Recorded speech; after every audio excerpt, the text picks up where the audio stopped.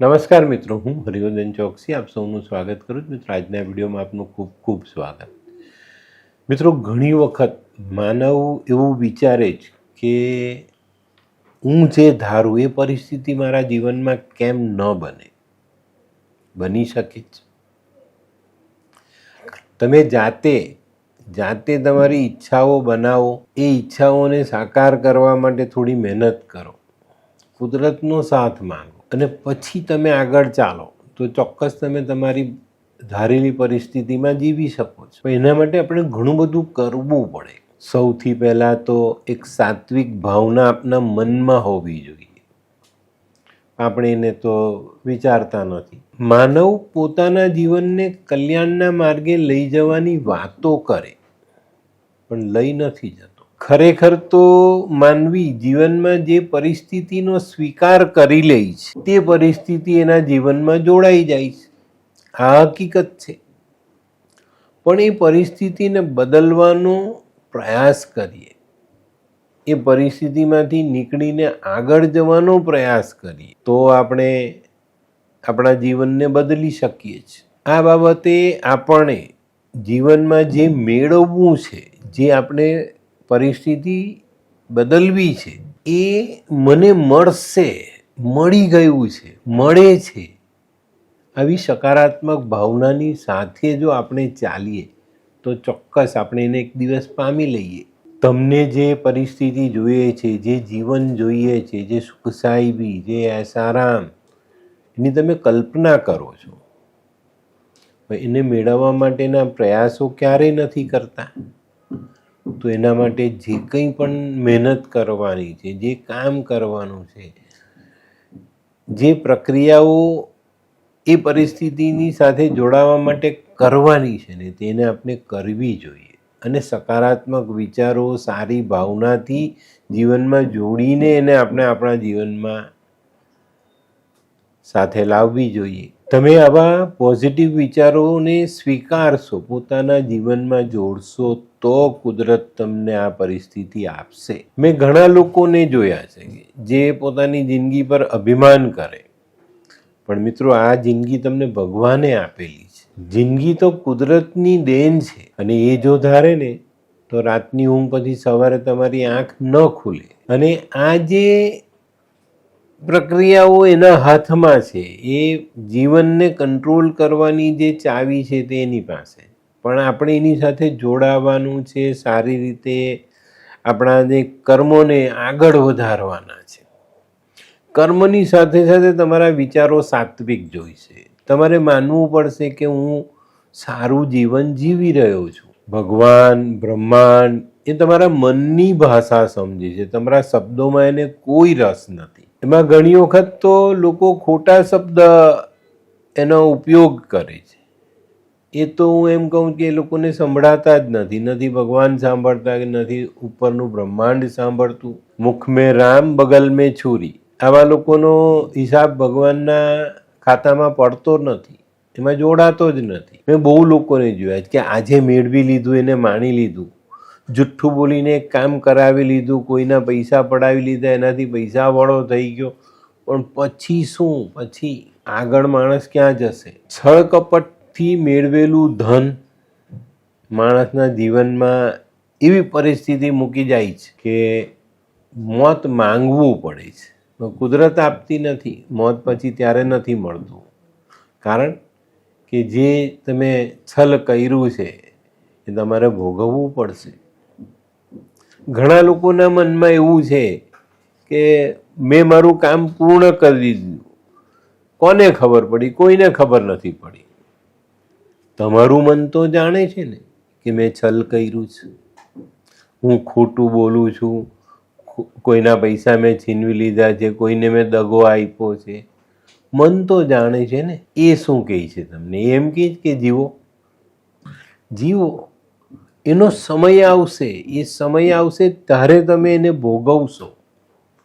અને તે વખતે મેં કીધું ને, ભગવાન બહેરો થઈ જશે. બહેરો, મૂંગો, આંધળો ભગવાન થઈ જાય, કારણ કે તમારા કર્મનો હિસાબથી તમે કોઈને ખોટું બોલીને આજે દગો આપી દીધો, તમે ખુશ, પેલાને શું કહેશ? આને જે વ્યક્તિ સમજશે ને તેને જીવનમાં ક્યારે તકલીફ નહીં પડે. કદાચ તમે જેને દગો આપ્યો તેને પાછળથી ખબર પડશે તો એ થોડો દુઃખી થશે, પણ ખરેખર ભગવાન દુઃખી થશે ને એનાથી તમને બહુ બધી તકલીફો પડશે. કર્મોનો નિયમ જ છે, છળ કપટથી મેળવેલી વસ્તુ દર્દ અને દુઃખ આપીને જ જાય છે.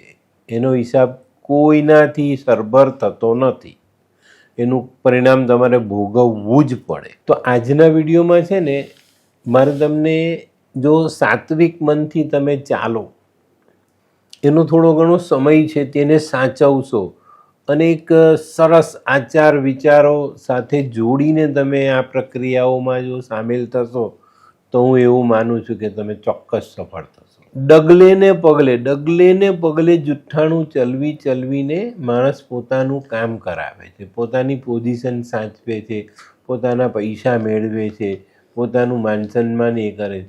પણ આ બધી વસ્તુ જ્યારે કુદરત એના હિસાબમાં જોડે છે ને એનું ફળ આપશે ને ત્યારે તમને મેં કીધું એવું માંગતા પણ તમને મોત નહીં મળે. તો મિત્રો, આજના વિડીયોમાં મારે તમને એવા 15 વાક્ય કહેવા છે જે તમે શુદ્ધ મનથી, સારી ભાવનાથી, સકારાત્મક વિચારોની સાથે ઉપર જે બેઠેલા છે બ્રહ્માંડમાં દેવી દેવતાઓ, જે કંઈ પણ શક્તિઓ છે એમાં વિશ્વાસ રાખીને અને મનની ભાવનાથી એની સાથે જોડવાનો પ્રયત્ન કરશો ને તો બહુ ચોક્કસ તમને એનું પરિણામ મળશે અને તમે એક સરસ જીવન, ધારેલું જીવન તમે મેળવી શકશો.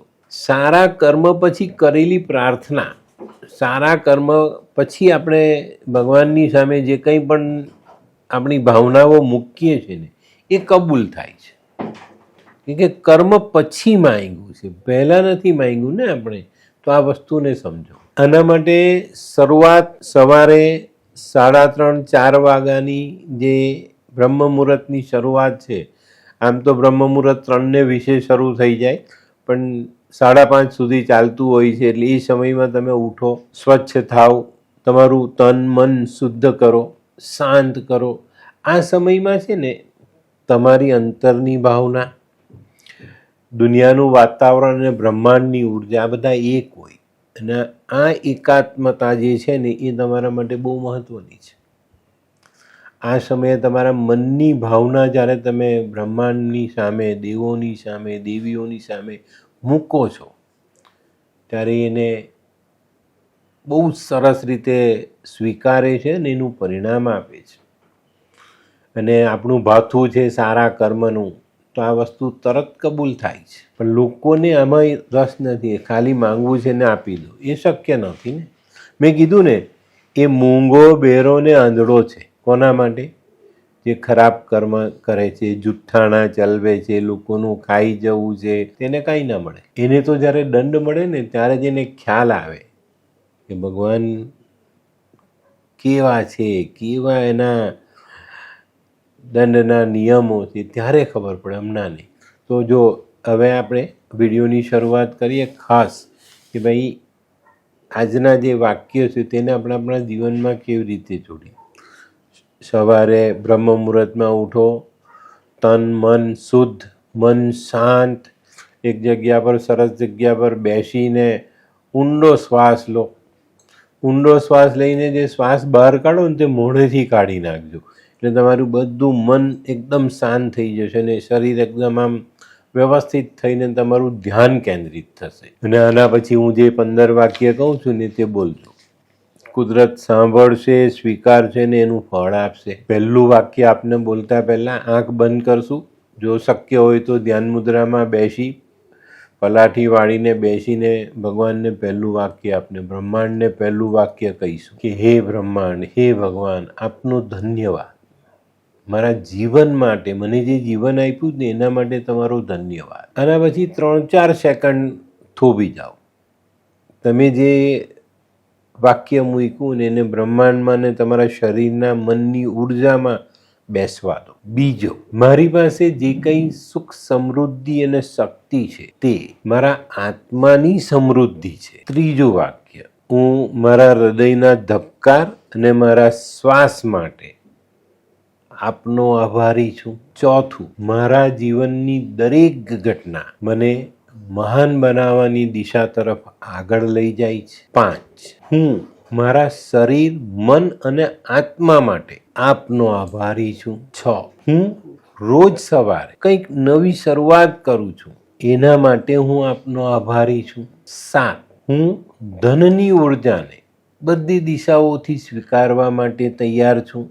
8. બ્રહ્માંડ રોજ મને ખરી દિશા બતાવે છે. 9. હું દૈવીય શક્તિ સાથે જોડાયેલો છું, દરેક શ્વાસથી, દરેક ઘડીથી અને દરેક ધડકનથી. 10.